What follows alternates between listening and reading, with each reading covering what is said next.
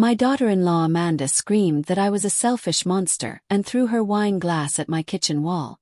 But what happened next made both her and my son David collapse in shock right there on my living room carpet. If you are watching this, please subscribe and let me know what country you are from in the comments.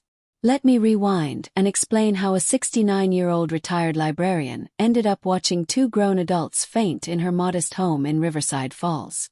Because honestly, even I could not have predicted it would end with paramedics being called to my house at midnight. For weeks earlier I had been standing in Henderson Pharmacy clutching a scratch-off ticket that had just made me $3.7 million richer. $3.7 million. After 40 years of organizing books and living on a pension that barely covered groceries, I was suddenly wealthy beyond my wildest dreams. The first person I called was David, my only child. I was crying so hard into the phone I could barely speak the words. "Mom, that is absolutely incredible," he said, and I could hear Amanda shouting with excitement in the background. "We need to plan the most amazing celebration for you. Let me handle everything special for my lottery-winning mother." The warmth in his voice made my heart soar. Maybe this unexpected fortune would finally heal the growing distance between us. Since Amanda joined our family 6 years ago, our relationship had become strained. She had very definite opinions about my simple lifestyle. From my outdated kitchen appliances to my boring retirement routine in our quiet town of Riverside Falls. But money has a way of changing family dynamics, does it not? I spent the following 3 weeks in pure bliss meeting with bank managers and making careful plans. I had always been cautious, even with this life-changing windfall. Pay off the small remaining balance on my house, set aside funds for healthcare emergencies, maybe finally take that Alaskan cruise I had dreamed about for decades. The remainder would be invested conservatively, earning steady returns for whatever the future might bring. David called almost daily during those 3 weeks, showing more interest in my life than he had demonstrated in years. "How are you handling all this, Mom? Are you getting solid advice about managing the money? Amanda thinks you should speak with her investment advisor. He specializes in high-net-worth clients."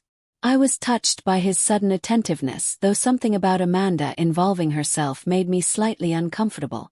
She worked in pharmaceutical sales and had expensive habits that always seemed to exceed their household budget. "I have everything under control, sweetheart," I assured him. The bank connected me with their most experienced wealth management team. "We are taking a very conservative approach with the investments." Conservative sounds wise, he agreed, though I detected a note of disappointment in his tone. "Just remember, Mom, you have family who care deeply about you. If you ever wanted to do something generous for the people you love, well, we would never refuse your kindness."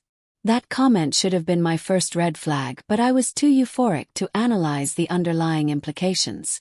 The celebration dinner was scheduled for Saturday evening.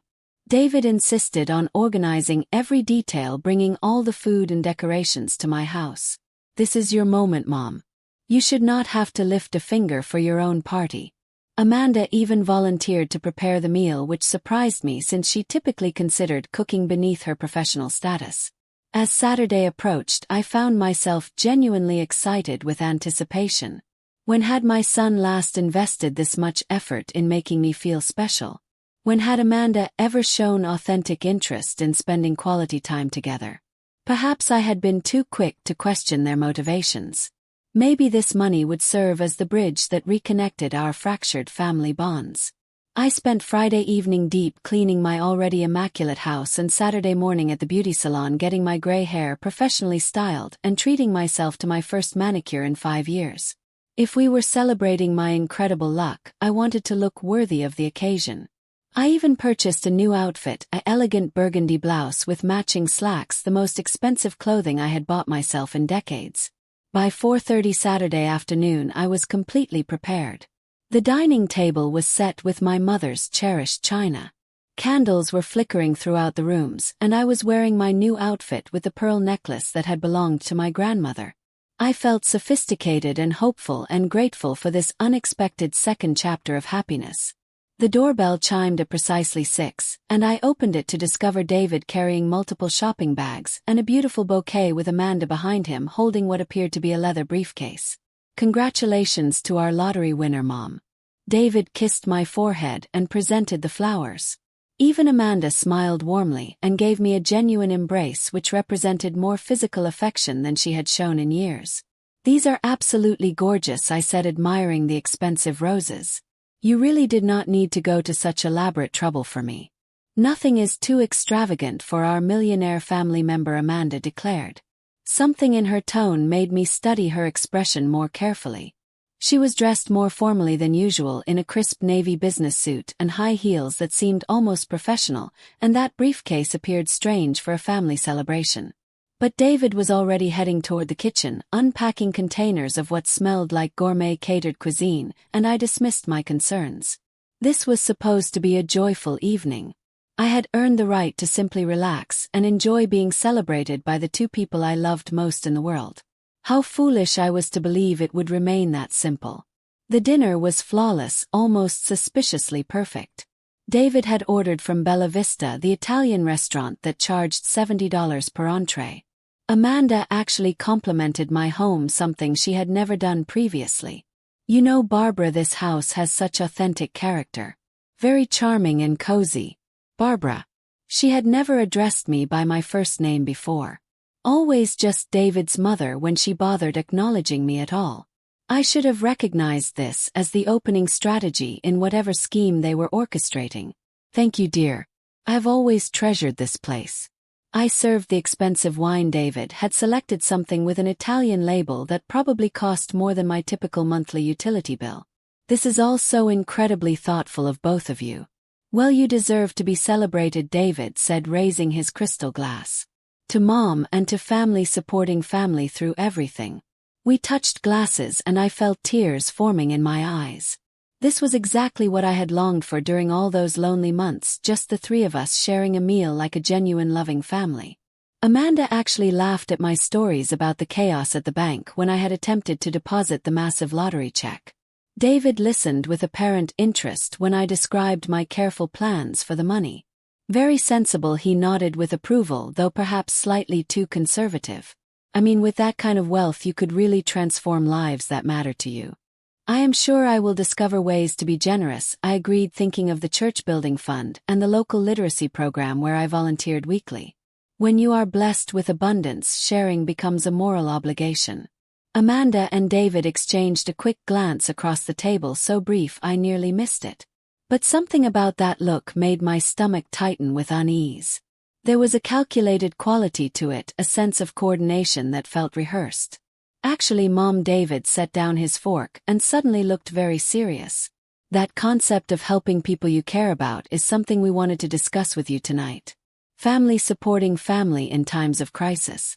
And there it was. The real purpose behind this elaborate dinner, behind Amanda's sudden friendliness, behind David's recent flood of attention over the past 3 weeks. They needed something from me. Course they did. Why had I allowed myself to imagine otherwise? What kind of help, I asked, though I dreaded hearing the answer.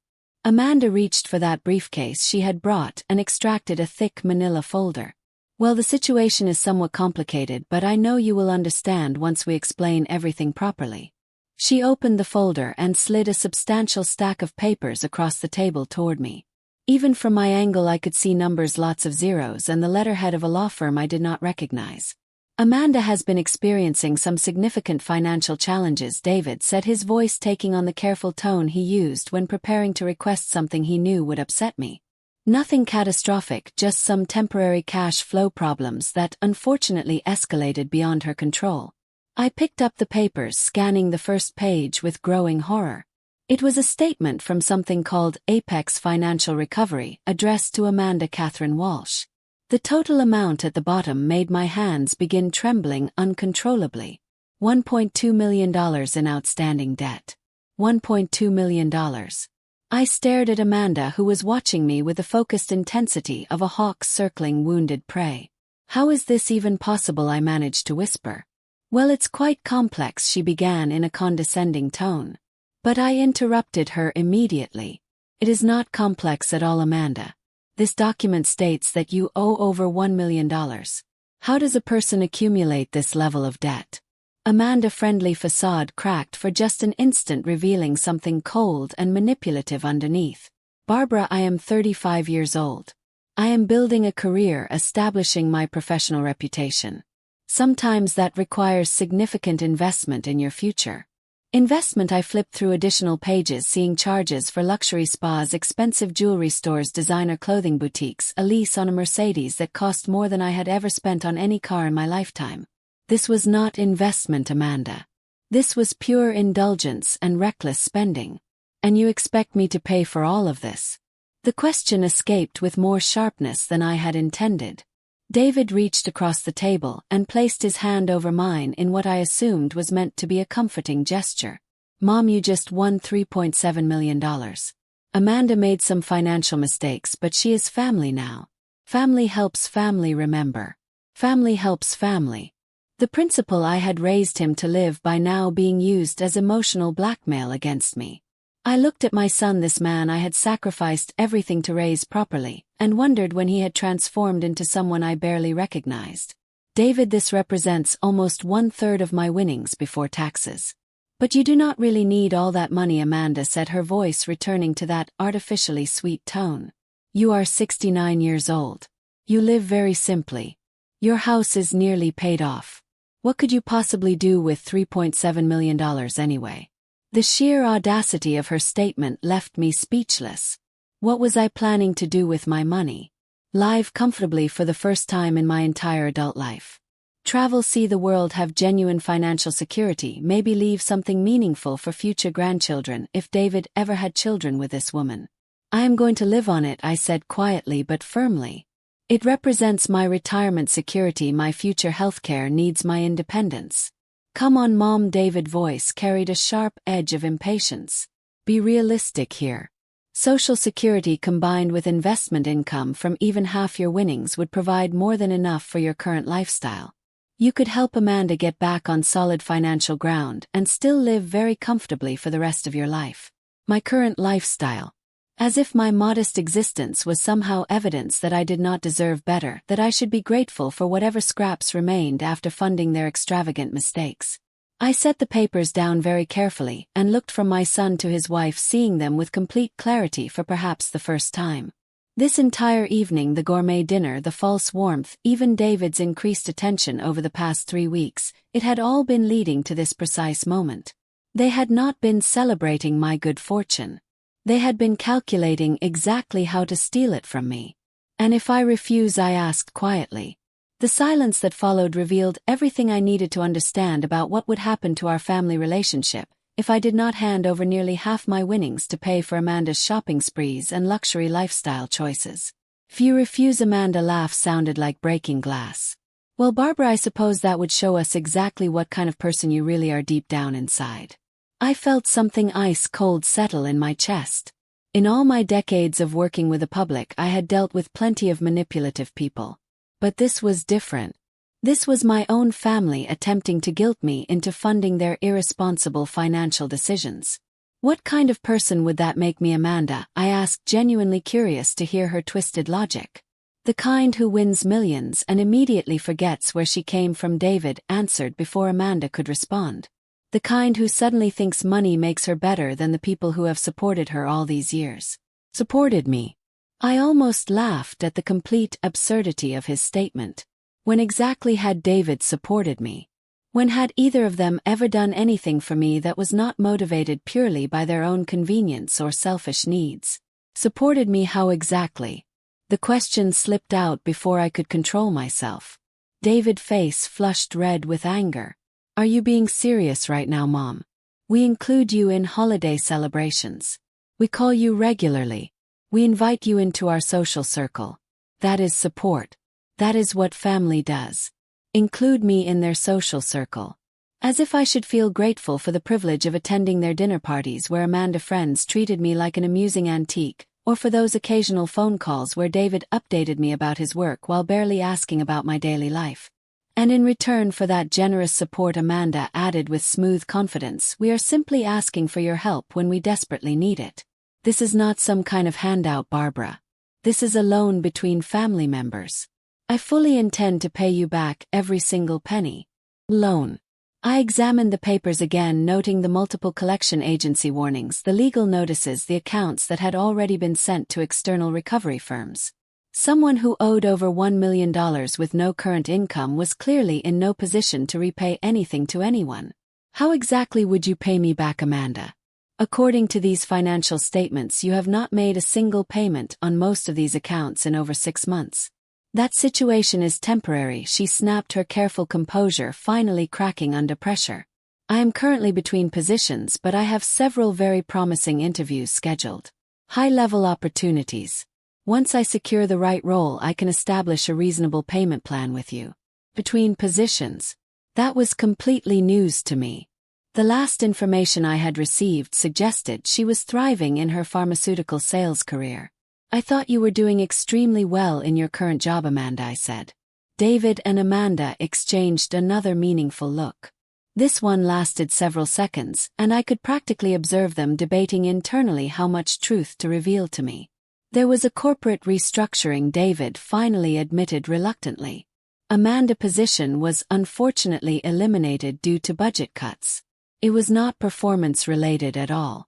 When did this happen, I asked. 5 months ago, Amanda admitted with obvious reluctance. 5 months. They had been dealing with this massive debt crisis while she was unemployed for 5 entire months.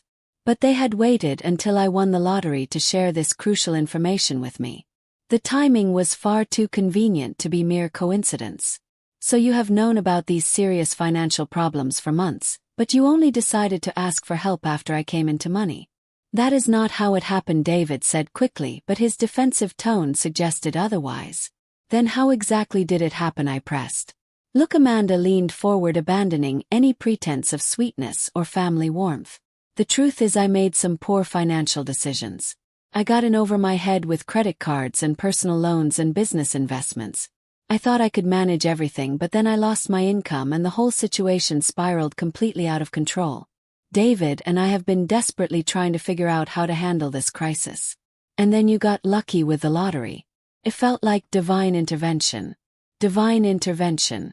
My decades of financial struggle, of carefully budgeting every dollar and denying myself even small pleasures, followed by this incredible stroke of pure luck.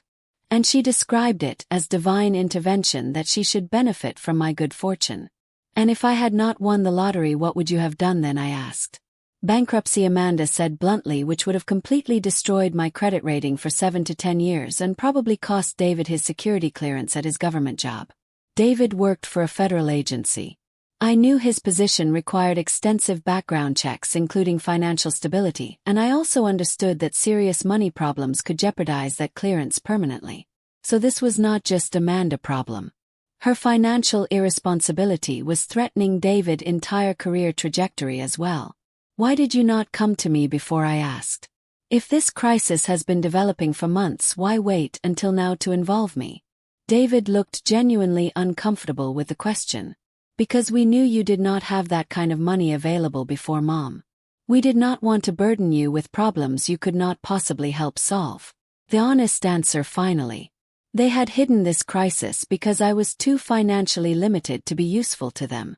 But now that I had money, suddenly I was family again. Suddenly my involvement in their lives had value and importance. I stood up from the table, needing to move, needing space to think clearly. The numbers on those papers seemed to swim in front of my vision. $1.2 million. It might as well have been $12 million for how impossible it seemed to comprehend. I need some time to process all of this information, I said, walking toward the kitchen. Of course, David said, quickly following behind me. We completely understand that it is overwhelming. But Mom, time is really a critical factor here. Some of these creditors are threatening immediate legal action against Amanda. We really need a definitive answer very soon. Legal action. The threat hung in the air like poisonous smoke. They were not simply asking for my financial assistance. They were painting me as personally responsible for whatever devastating consequences might follow if I refused to rescue them. I walked to my kitchen window and stared out at my small backyard where I had spent countless peaceful hours gardening and reading and thinking about my future. Just this morning I had been excited about the possibility of traveling, of finally experiencing some of the world beyond this small town. I had imagined having enough money to be generous without sacrificing my own long-term security and independence. Now they were demanding I surrender nearly half my winnings to pay for Amanda lifestyle choices, and somehow I was being portrayed as the villain if I hesitated to agree. I turned back to face them, and something in my expression must have warned them that I was not going to simply comply, because both of their faces immediately tensed with anxiety. Barbara, Amanda said very carefully, "You do understand what this means for our family relationship, do you not? If you choose your money over the people who love you." There it was, the ultimatum I had been dreading throughout this entire conversation. Choose your money over your family. As if loving them meant I automatically owed them my financial security. As if saying no to this enormous request meant I did not genuinely care about their well-being. I looked at my son, this man I had raised to be honorable and decent, and felt my heart break into pieces. What this means, Amanda, is that I need to decide whether I raised a son who believes love can be purchased, or one who understands that family relationships do not come with price tags attached. The silence that followed was absolutely deafening. David's face went completely white, then flushed deep red with anger and embarrassment. "That is not fair, Mom. You are twisting this situation into something it is not." Am I truly? I returned to my seat at the table, feeling more stable now that the real conversation had finally begun. "Then please explain to me what it actually is, because from my perspective it appears to be conditional love." "It's not conditional love," Jessica interrupted sharply. "But it is reciprocal love. Healthy relationships require give and take, Barbara. We have given you years of family connection and inclusion, and now we are asking you to give something meaningful back." Years of family connection. I nearly laughed at how she characterized their minimal efforts, like she had been doing me enormous favors by tolerating my presence at their occasional social gatherings. "What exactly have you given me, Amanda, that I should feel grateful for?" I asked. She blinked, clearly not expecting to have to justify or itemize her contributions to our relationship. "Well, we include you in our holiday celebrations. We invite you to our social events. We call you regularly. We make sure you feel connected to family. You invite me to parties where your friends treat me like a curiosity, and you call me when you need something practical. What have either of you ever given me that actually mattered to my happiness or well-being? We gave you a relationship with your only son," she said, her voice turning dangerously sharp and cold. "David is an extremely busy, successful man. He has his own life, his own career, his own social obligations. But he makes time for you in his schedule because I encourage it and facilitate it. Do you honestly think he would call as often or visit as regularly if I was not constantly reminding him of his family responsibilities?" The words struck me like a physical slap across the face. She was probably telling the truth. David had become increasingly distant over the years, and I had assumed it was natural growing apart as he built his adult life. But what if it was not natural at all? What if Amanda had been systematically poisoning his feelings toward me while simultaneously taking credit for any contact we maintained? I looked directly at David, searching his face desperately for some sign that he disagreed with his wife's harsh assessment of our relationship. Instead, I saw embarrassment and something that looked disturbingly like guilt and shame. "Is that accurate, David?" I asked quietly. "Do you only maintain contact with me because Amanda reminds you to do it?" "It's not that simple, Mom," he said defensively. "I am incredibly busy with work and social obligations. Amanda helps me stay organized and remember to reach out to important people in our lives." Important people. He called me people. As if I were just another item on his social obligation checklist, rather than the woman who had sacrificed everything to raise him properly. I folded my hands in my lap, struggling to process this devastating revelation. "So the phone calls, the visits, the inclusion in your lives, it has all been charity work. And now you want me to pay you back for that charity?" "Stop being so overly dramatic," Amanda snapped with obvious frustration. "This is not about charity or payment. This is about family helping family during a genuine crisis. You have the money, we have the desperate need. The math is simple and straightforward." Simple math. As if my lottery winnings were just abstract numbers on paper instead of the first real financial security I had ever experienced in my entire life. "Here is some simple math for you, Amanda. After taxes, I will have approximately $2.4 million. You want $1.2 million of that. That leaves me with only $1.2 million, which is still more money than most people see in a lifetime," David said. "Mom, you could live very comfortably on the investment income from that amount for the rest of your life." Could I really? Maybe if I was extremely careful. If I never got seriously ill, if I never needed expensive long-term care, if nothing unexpected ever happened in my remaining years. But comfortable and truly secure were not the same thing, and I had lived too many years without real security to surrender it easily. You want me to risk my financial stability to pay for your wife's shopping addiction? Shopping addiction? Amanda's voice rose to a dangerous level. You think this is about shopping, Barbara? I was building a business. I was investing in professional development, in networking opportunities, in my future success. Not everyone can be content with your small, narrow little life. My small, narrow little life.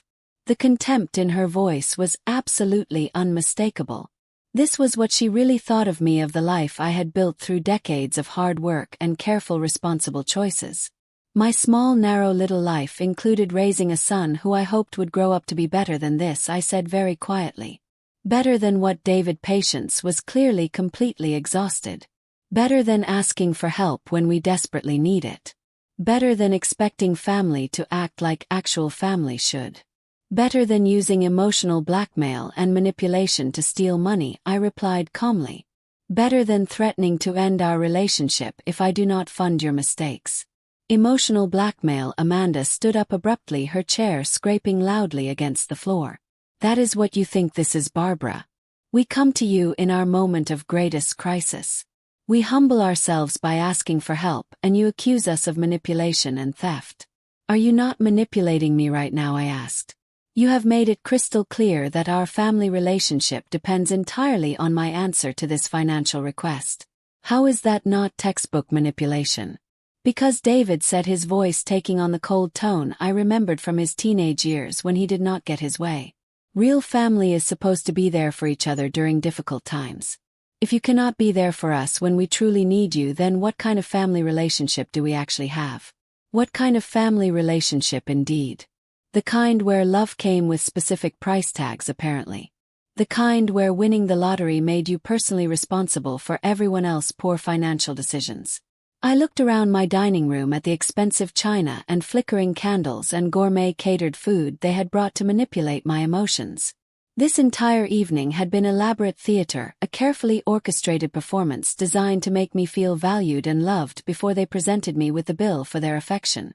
You know what, David, you are absolutely right. We should have an honest conversation about what kind of family we actually are.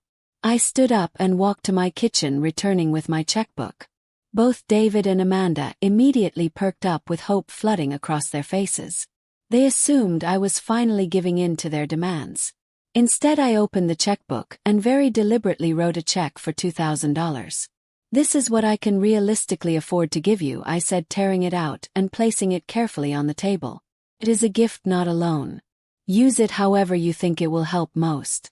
Amanda stared at the check like it was a personal insult.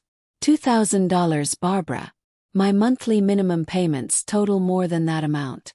Then you have much bigger problems than I can possibly solve, I replied calmly. You could solve them completely, David said, his voice tight with barely controlled frustration and anger. You are choosing not to solve them.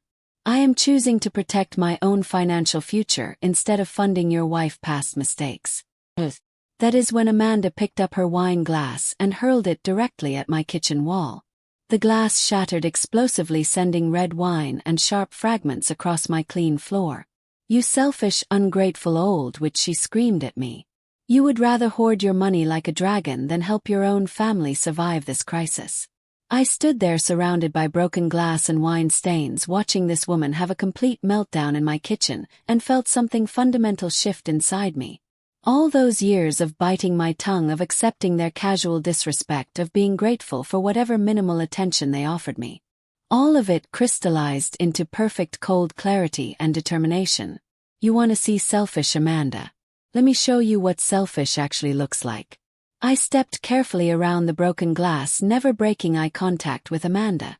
The smell of spilled wine was strong, but not as strong as the rage building steadily in my chest. 40 years of dealing with difficult people had given me extensive practice managing entitled behavior. But this was beyond anything I had ever encountered, even in my professional life. Sit down, I said, my voice deadly calm and controlled. Something in my tone must have penetrated their shock and anger because both David and Amanda actually obeyed, immediately sinking back into their chairs like scolded children.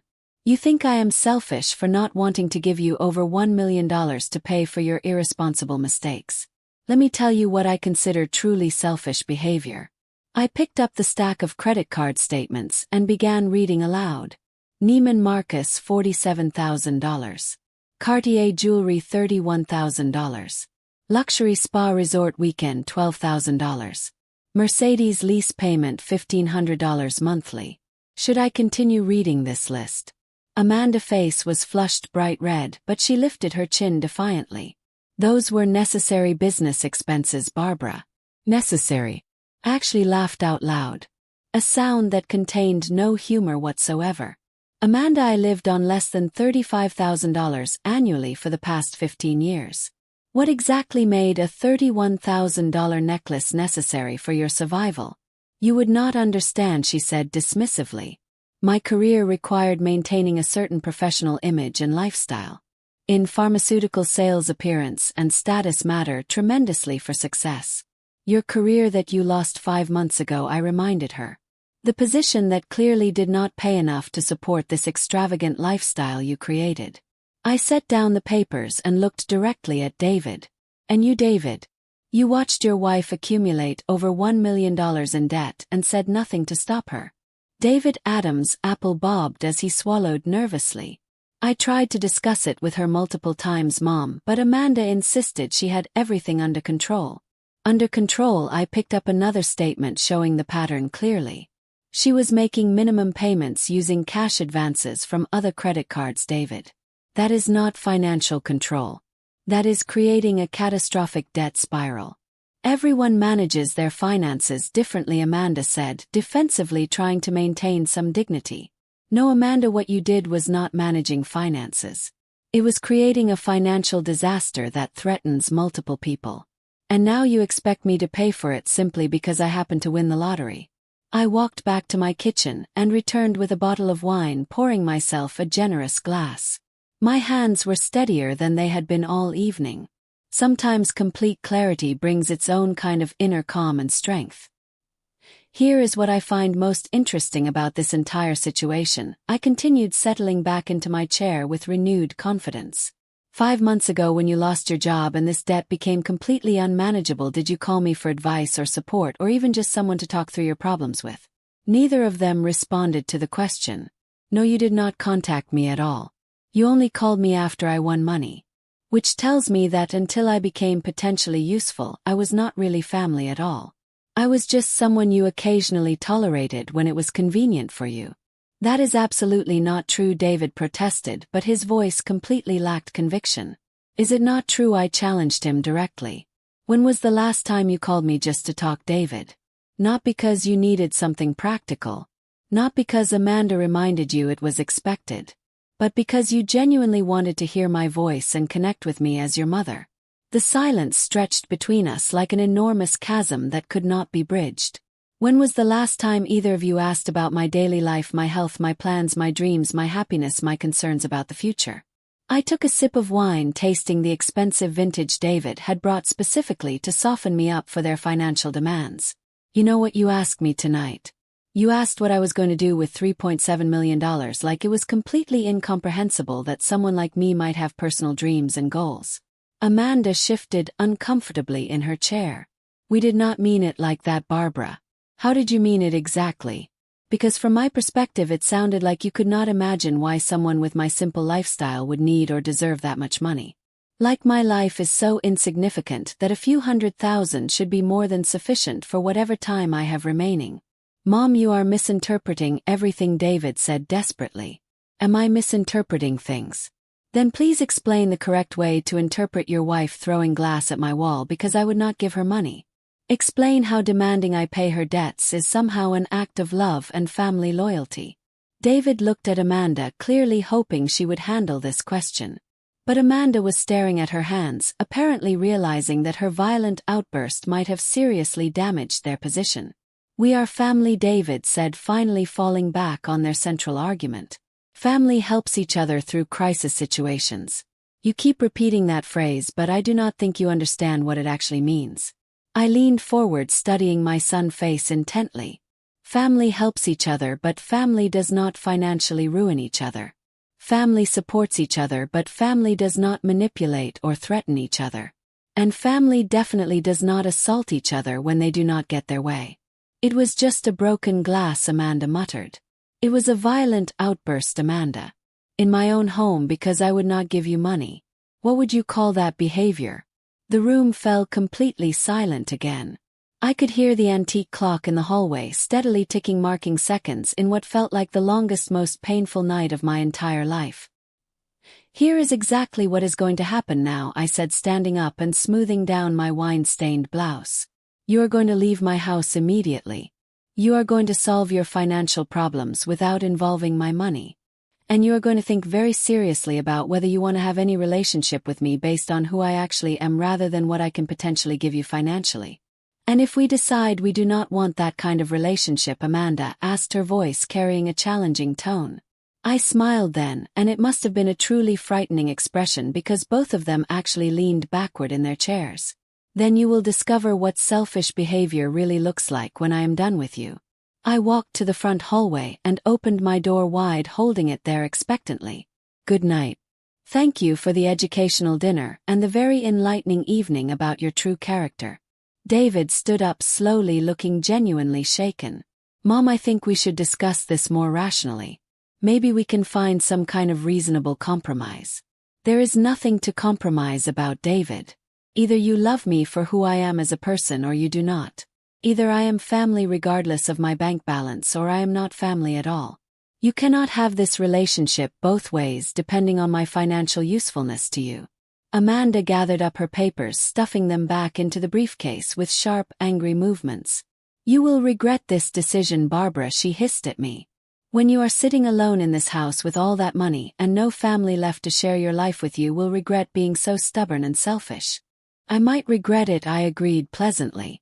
But I will regret it in complete comfort and financial security without having to constantly wonder whether the people around me love me or love my bank account balance. They walked past me and out into the night without another word exchanged. I watched David Carr pull out of my driveway, noting that he did not look back at the house even once. Did not seem to have any second thoughts or regrets about how this evening had ended so badly. When their tail lights disappeared around the corner, I closed my door and leaned against it, feeling suddenly completely exhausted. My blouse was still stained with wine.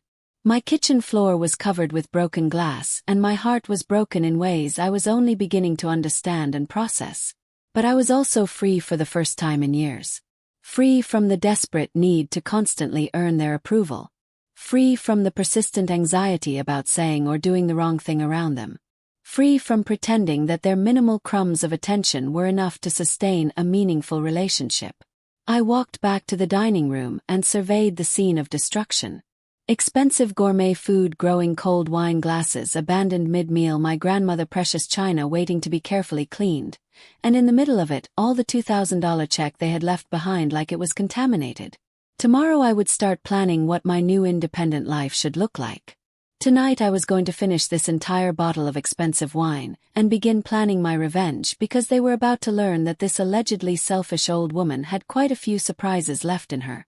I woke up Monday morning with a slight headache and absolute crystal clarity about exactly what I needed to do next. The events of Saturday evening felt like a terrible nightmare except for the blouse hanging in my laundry room that still smelled like red wine. My phone had been buzzing constantly since 6 in the morning. 23 missed calls from David, 14 from Amanda, and a long string of increasingly frantic, desperate text messages. Mom, I think we all said things we did not mean Saturday night. Please call me back immediately. We need to talk this through rationally. Amanda feels terrible about what happened. This is completely ridiculous. We are supposed to be family. Answer your phone. I deleted every single message without responding. I had spent enough years responding to their summons like a well-trained pet. That version of Barbara was officially and permanently retired. Instead, I made myself a leisurely breakfast, read the entire newspaper cover to cover, and then called my financial advisor. Barbara. Harold Mitchell's voice was warm with genuine affection and concern. How are you adjusting to everything? Still having trouble believing this is all real? Harold had been managing my modest investments for 12 years. He was honest conservative and had never once suggested I take financial risks I could not afford. More importantly, he had never made me feel foolish for asking questions or wanting to understand every detail of my financial situation. I'm feeling very clear about my priorities actually. That is why I am calling. I need to make some significant changes to my original plans. Course. What did you have in mind, Barbara? I want to move 60% of my winnings into an irrevocable trust.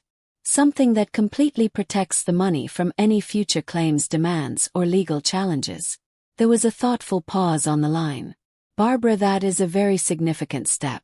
Irrevocable means you cannot change your mind later, even if your circumstances change dramatically. Is there something specific you are concerned about protecting yourself from?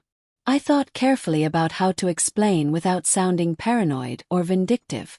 Let me just say I have learned that sudden wealth can dramatically change how people perceive you and what they feel entitled to from you. I want to make sure I am fully protected. I understand completely, Harold said with obvious approval.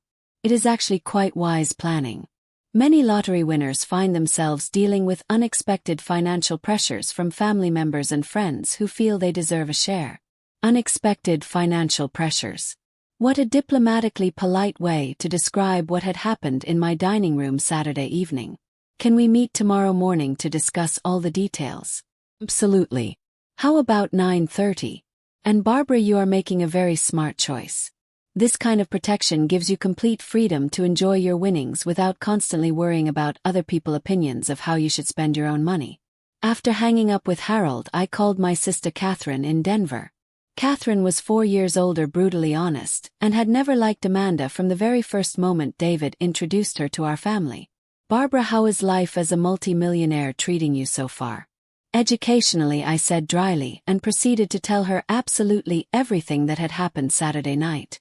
Catherine's silence after I finished the story was more eloquent than any words could have been. $1.2 million, she finally said in disbelief. That woman spent $1.2 million on shopping and lifestyle expenses.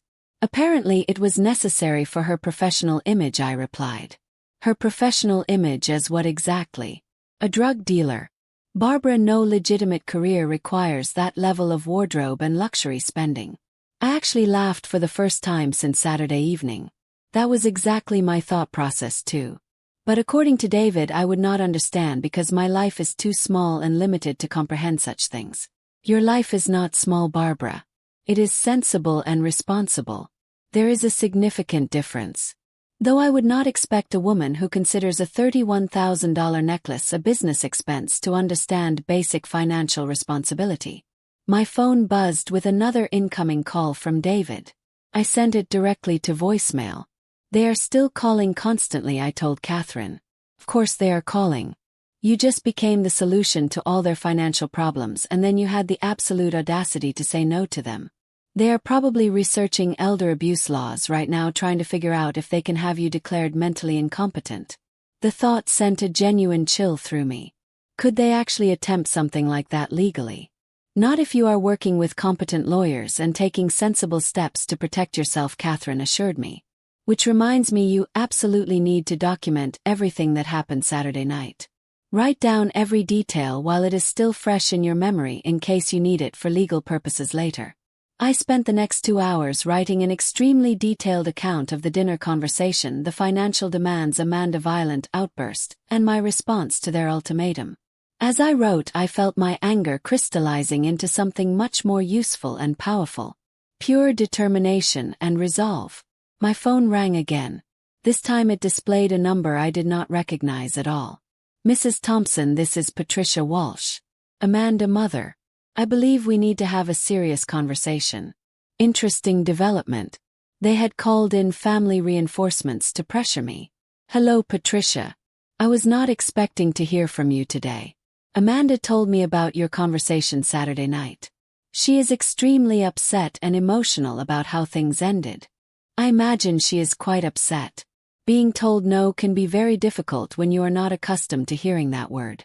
Mrs. Thompson, I think there has been a serious misunderstanding about the situation. Amanda is not asking for charity or handouts. She is asking for family support during an extremely difficult period in her life. Family support.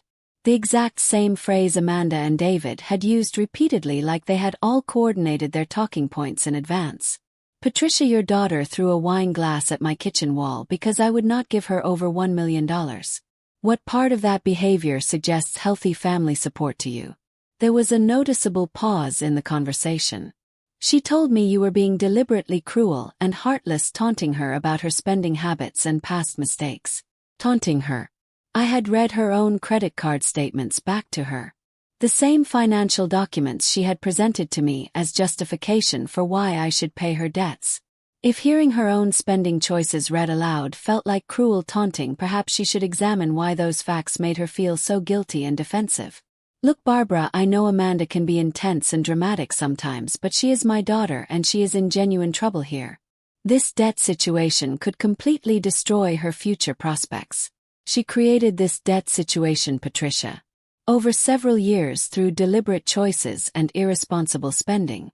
I did not create this problem and I am not responsible for solving it for her. But you have the money now, Barbara. It would be relatively easy for you to help her get back on solid ground financially. Easy for me. As if my feelings, my security, my future plans were completely irrelevant compared to Amanda's convenience and comfort. What would be easy, Patricia, is for Amanda to declare bankruptcy. That option exists specifically for situations exactly like this one. But that would require her to face real consequences for her choices. And apparently the family consensus is that I should face those consequences instead of her. Bankruptcy would completely ruin her credit rating for years. And demanding I pay her debts is attempting to ruin my financial security and independence. Why is her credit rating more important than my future well-being and peace of mind? Another uncomfortable pause. Because you are old, Barbara. You do not need money the way a young person building their life does. There was finally the brutal truth underlying all their manipulative arguments. Because I was old, my needs and dreams did not matter anymore. Because I was old, I should be grateful for whatever minimal attention they gave me. Because I was old, my primary purpose was to serve their financial convenience, and then quietly disappear when no longer useful. You know what, Patricia? You are absolutely right about one thing. I am indeed old. Old enough to recognize expert manipulation when I see it. Old enough to know the difference between genuine love and financial exploitation. And old enough to protect myself from people who think my age makes me expendable and my money makes me obligated. I hung up before she could respond with more guilt trips and manipulation. Then I immediately called Harold back with increased urgency. Harold, I need to move much faster on that irrevocable trust setup. How quickly can we have all the paperwork completed and filed? If it is truly urgent, Barbara, I can have everything ready by Thursday morning. Something wrong? Has something concerning happened? Everything is about to become absolutely perfect. And Harold, I want to make one additional change to my plans. I want to establish a charitable foundation as well. Something focused on financial literacy education for families. I think there are many people who could benefit tremendously from learning about the real consequences of irresponsible spending and financial manipulation tactics. When I hung up, I felt lighter and more empowered than I had felt in years. Let them continue calling and threatening. Let them try to manipulate me through flying monkeys like Amanda Mother. By Thursday afternoon, half my money would be completely protected in an irrevocable trust. And I would be thoroughly documenting their harassment behavior for potential legal action. They wanted to see what selfish looked like. They were about to receive a comprehensive masterclass in strategic self-protection. My phone buzzed with a text message from an unknown number. This is not over, Barbara. You will regret treating family this way. We will make sure of that. I took a screenshot of the threatening message and added it to my rapidly growing file of evidence, then immediately blocked that number. Actually, Amanda was correct about one thing. This situation was definitely not over yet. It was just beginning to get interesting. Thursday morning, I sat in Harold's office signing papers that would fundamentally change everything about my situation. The irrevocable trust was now protecting $1.6 million of my winnings completely beyond the reach of any future claims, lawsuits, or demands. The charitable foundation paperwork was officially filed. I had named it the Smart Money Choices Foundation. Even I had to admire my own level of sophisticated pettiness in that choice. "You look quite satisfied with everything," Barbara Harold observed as I signed the final legal document. "I feel thoroughly prepared," I corrected him. There is definitely a significant difference between those two states of mind. My phone had been mercifully quiet for the past 2 days.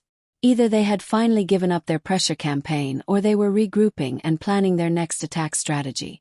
Given what I knew about Amanda's personality, I strongly suspected the latter possibility. When I arrived home that afternoon, there was a police patrol car parked in my driveway. Officer Rodriguez was probably in her early 40s with patient eyes and the calm demeanor of someone who had dealt with numerous family disputes. She was having a conversation with David on my front porch. "Mrs. Thompson," she approached as I got out of my car. "I am responding to a wellness check request. Your son expressed concern because you have not been answering your phone calls and he was worried about your mental and physical health." "I am perfectly fine, Officer Rodriguez. I am simply choosing not to answer calls from people who assault me in my own home and then threaten me when I refuse to give them money." David's face immediately flushed red with embarrassment. "Mom, please do not be so dramatic about everything. Amanda barely touched you Saturday night. She threw a wine glass at my kitchen wall because I would not give her money. What exactly would you call that behavior, David?" Officer Rodriguez looked between us with growing professional understanding of the real situation. "Sir, did your wife throw something at your mother during an argument?" "It was just a wine glass. She was upset and emotional about the financial situation." "Being upset does not justify property damage or threatening behavior," the officer said mildly but firmly. "Ma'am, do you want to file formal charges for this incident?" I considered the option carefully. The satisfaction would be tremendous, but it would also escalate the conflict beyond what I was prepared for at this time. Not at this moment, I decided, but I wanted officially documented that they came to my home demanding money, and when I refused, Amanda Walsh Thompson threw objects and became violent. My son witnessed the entire incident. Officer Rodriguez made detailed notes in her official report. "Sir, I would strongly recommend giving your mother appropriate space and time. Wellness checks are for people who might be in actual danger, not for people who are not answering their phones because they do not want to talk to family members who are pressuring them." After the officer left, David lingered on my porch looking lost and confused like a child who had been abandoned.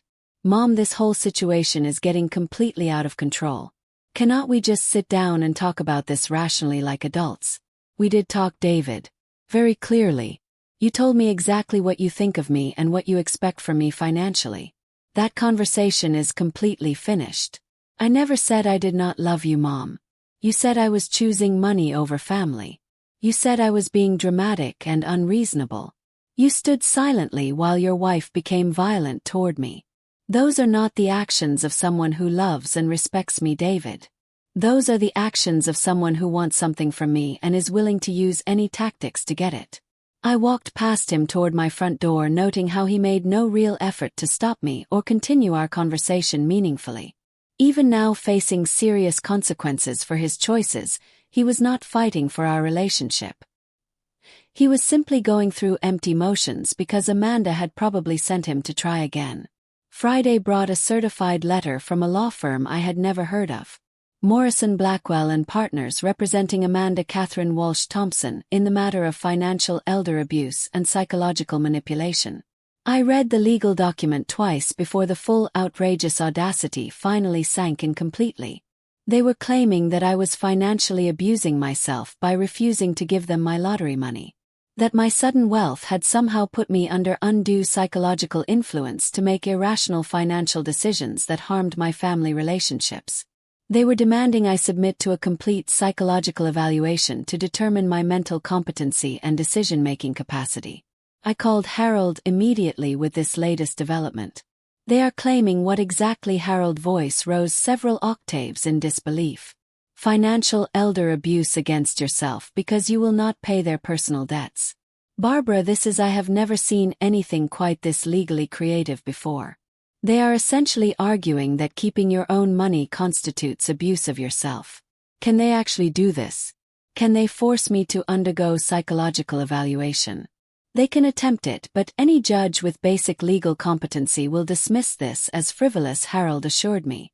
You have been managing your affairs responsibly for 69 years. You sought professional financial advice from qualified experts. You are making conservative investment choices. There is absolutely no legal basis for this claim. But they can still drag me through court proceedings and legal expenses. They can file paperwork and motions, yes. But Barbara, this actually works strongly in your favor. They have just provided documentary evidence that they are harassing you specifically for money and are willing to make completely frivolous legal claims when they do not get their way. I made copies of everything and added it to my steadily growing evidence file. Then I did something that felt both terrifying and completely liberating at the same time. I called Morrison Blackwell and Partners directly myself.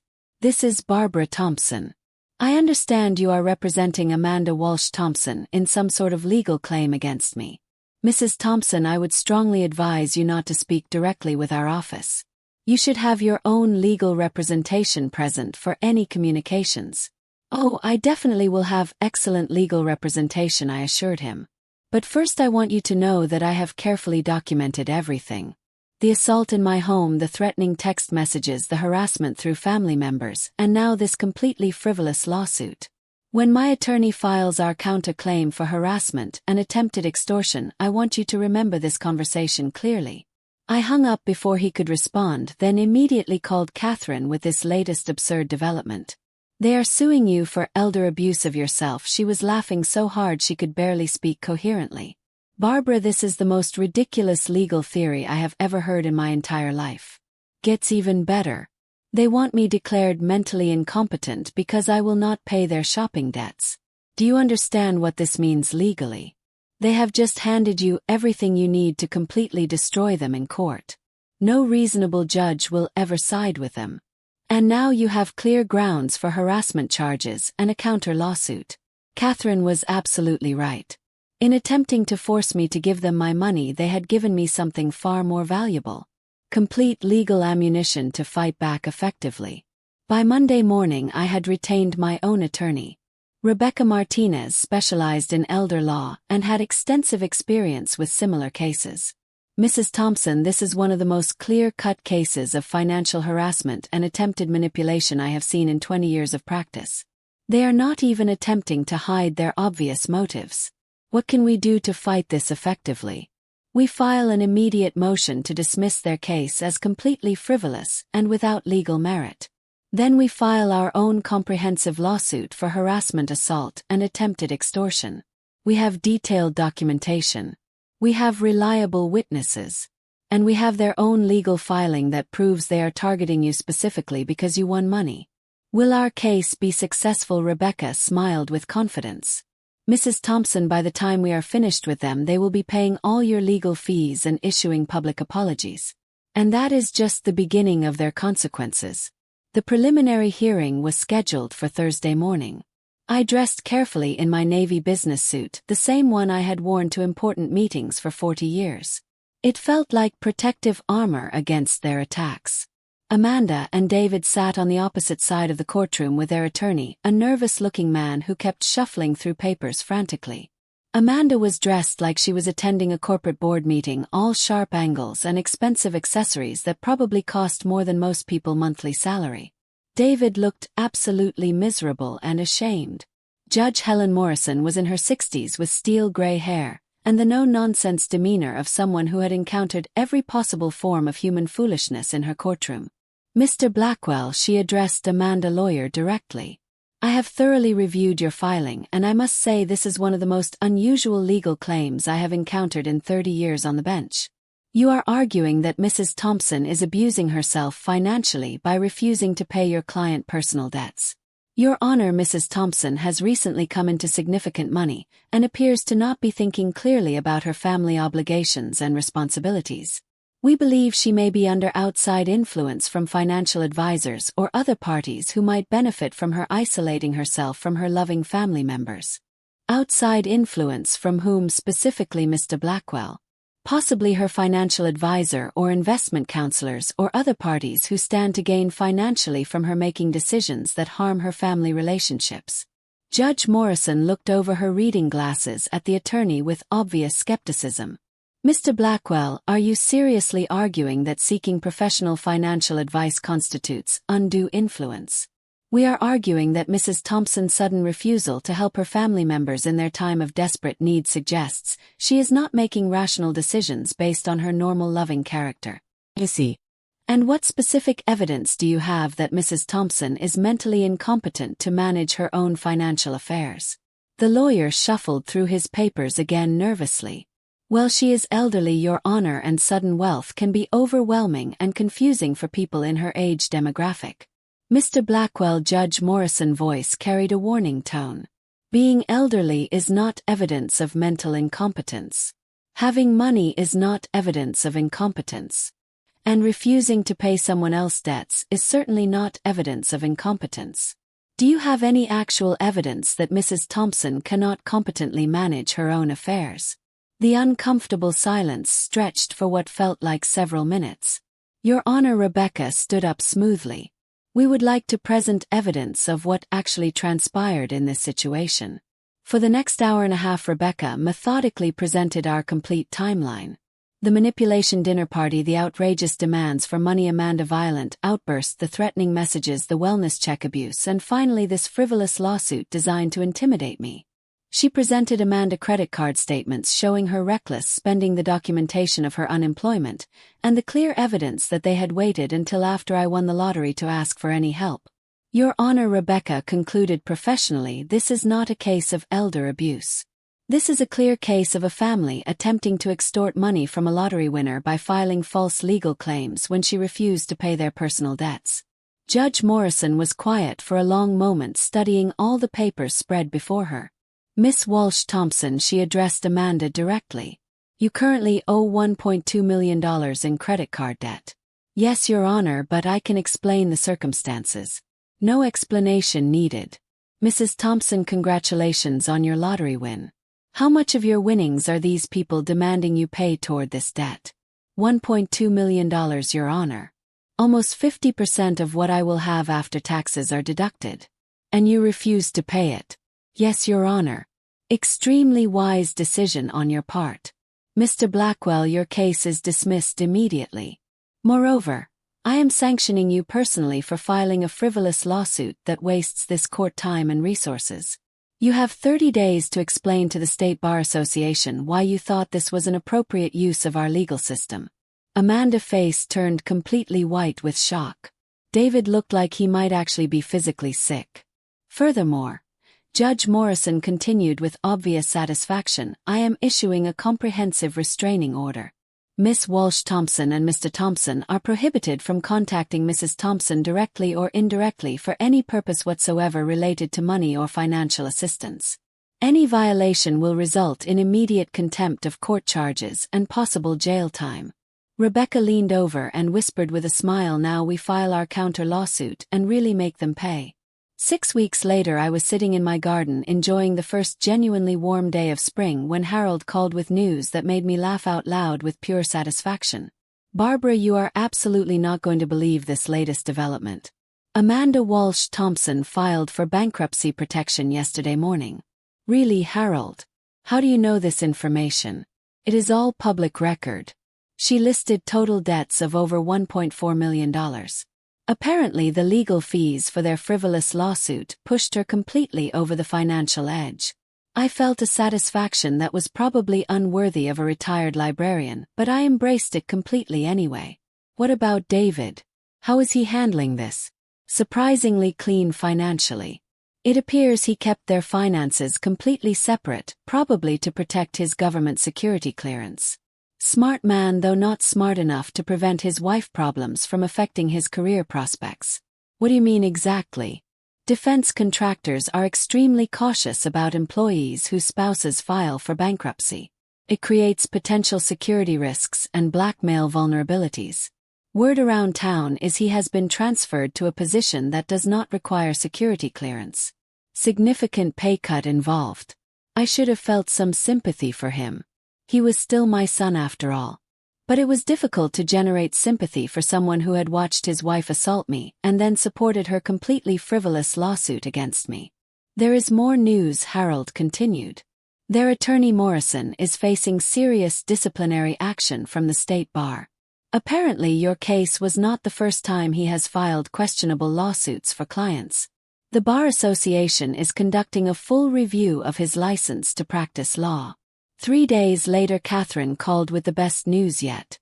Barbara, you absolutely must check your email immediately. I opened my laptop and found a link to a local news article. Local grandmother lottery win leads to legal victory against family extortion attempt. The article detailed our entire case, including Amanda massive debt, their demands for my money, and the judge scathing dismissal of their lawsuit. It even mentioned my charitable foundation for financial literacy education.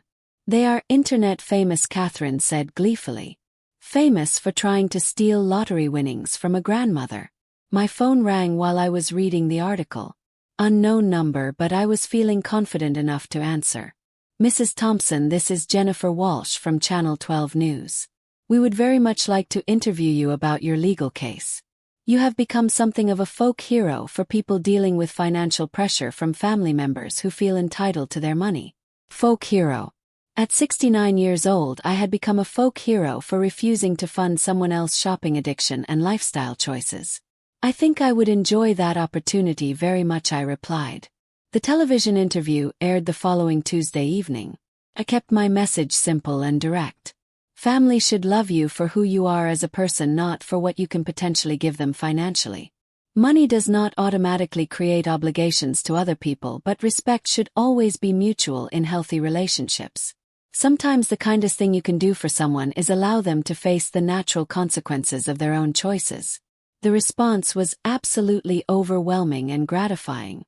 Letters, emails, phone calls from other lottery winners who had faced similar family pressure. Stories from elderly people whose families treated them like personal ATMs. Support from financial advisors who dealt with this kind of manipulation on a regular basis.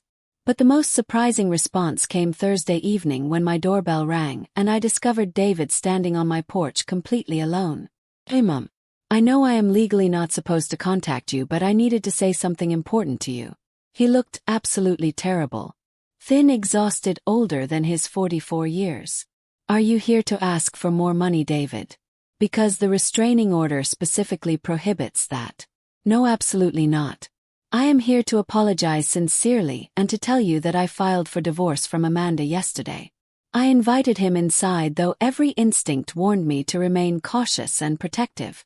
David sat in the same chair he had occupied the night this nightmare began. But he seemed like a completely different person now. Humbled, broken, genuinely remorseful. I should have protected you from her that night, he said without any preamble. When Amanda threw that glass at your wall, I should have stopped her immediately. I should have apologized and defended you. Instead, I allowed her to convince me that you were being unreasonable and selfish. Why did you not protect me then? Because it was easier to believe you were wrong than to admit I had married someone who would assault my mother for money. He rubbed his face with both hands, looking genuinely tortured.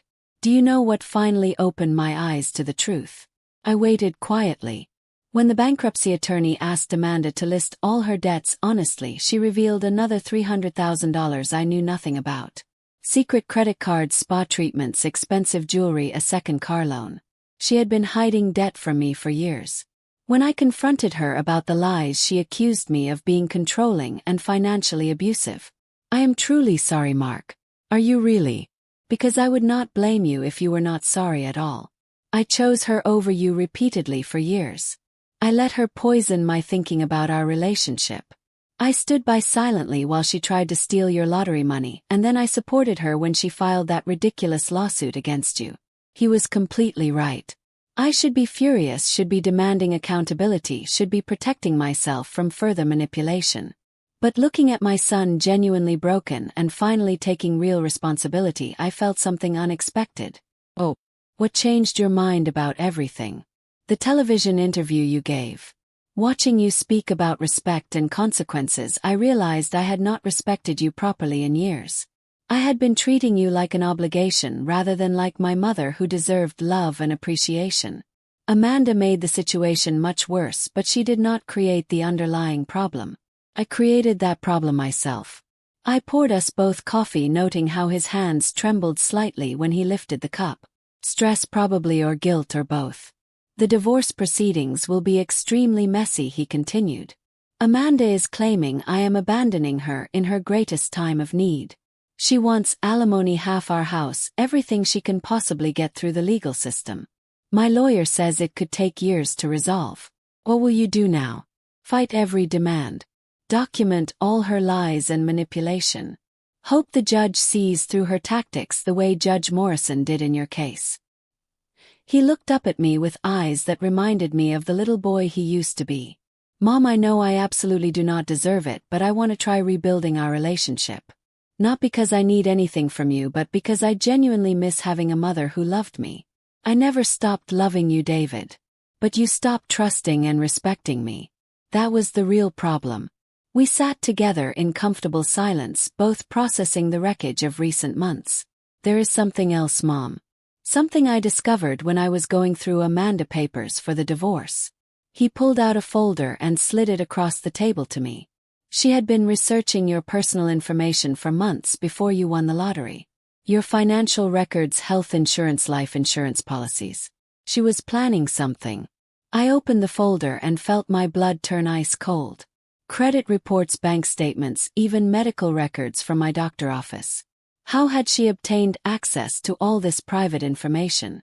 She works in pharmaceutical sales, David explained. She has contacts in medical records departments, people who can access confidential databases. She was building a complete file on your life. Planning for what exactly? I am not completely certain, but there are handwritten notes about guardianship, legal procedures, about having elderly people declared incompetent to manage their own affairs. She was researching how to take complete control of someone else's finances. The implications hit me like a physical blow to my chest.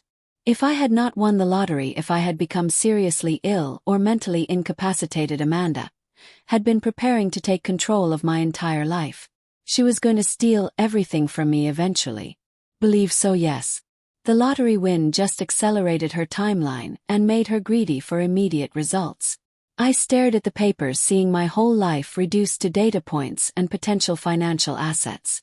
This woman had been studying me like a predator studies vulnerable prey, waiting for the perfect moment to strike and take everything. I have given copies to your attorney, David continued. This should help significantly with your harassment case. But Mom, you need to understand that Amanda is not finished with you. The bankruptcy will be discharged in a few months and she will probably try to contact you again. Let her try anything she wants. I am completely protected now, legally and financially. And I am definitely not the same naive person she tried to manipulate originally. David smiled for the first time since arriving. No, you certainly are not. You are stronger, smarter, more dangerous than she ever expected you could be. Dangerous is an interesting word choice. You destroyed her completely, Mom. Legally, financially, publicly, socially. She went from thinking she had access to millions of dollars to losing absolutely everything, including her marriage. You did not just refuse her demands. You made her face serious consequences for every bad choice she had made over years. It was absolutely brilliant strategy. Was it brilliant or simply survival? I had protected myself and my future, but I had also demonstrated that this allegedly harmless elderly woman could fight back effectively when threatened. What happens now for both of us? Now we both start completely over. You with your lottery money and your new independent life. Me with whatever remains after the divorce and the knowledge that I almost lost the most important person in my life forever. And Amanda. David's expression hardened with determination. Amanda learns that actions have real consequences. Something she should have figured out long before accumulating over $1 million in debt through pure selfishness. As David prepared to leave, he paused at my front door. Mom, the charitable foundation you started for financial literacy education. I think it is going to help many people avoid the mistakes Amanda made. That is the goal. And the name Smart Money Choices Foundation. That was your way of having the final word, was it not? I smiled with deep satisfaction. David, I am 69 years old. I have definitely earned the right to have the final word in this situation. After he left, I sat in my peaceful garden watching the sunset and thinking about second chances and the true price of wisdom. My lottery ticket had purchased much more than money. It had bought me freedom from people who saw me as a financial resource rather than a human being. It had taught me the crucial difference between genuine love and calculated manipulation. And it had shown me that even at 69 I was still capable of surprising everyone, including myself. My phone buzzed with a text from Harold. Foundation received its first major donation today. $75,000 from an anonymous donor who said your story inspired them to help others avoid financial manipulation and family extortion. I looked around my tranquil garden at the house. I no longer worried about affording at the future that was finally completely mine to control. Sometimes the best revenge is simply living well and prosperously. But sometimes the best revenge is making sure everyone learns important lessons from your story.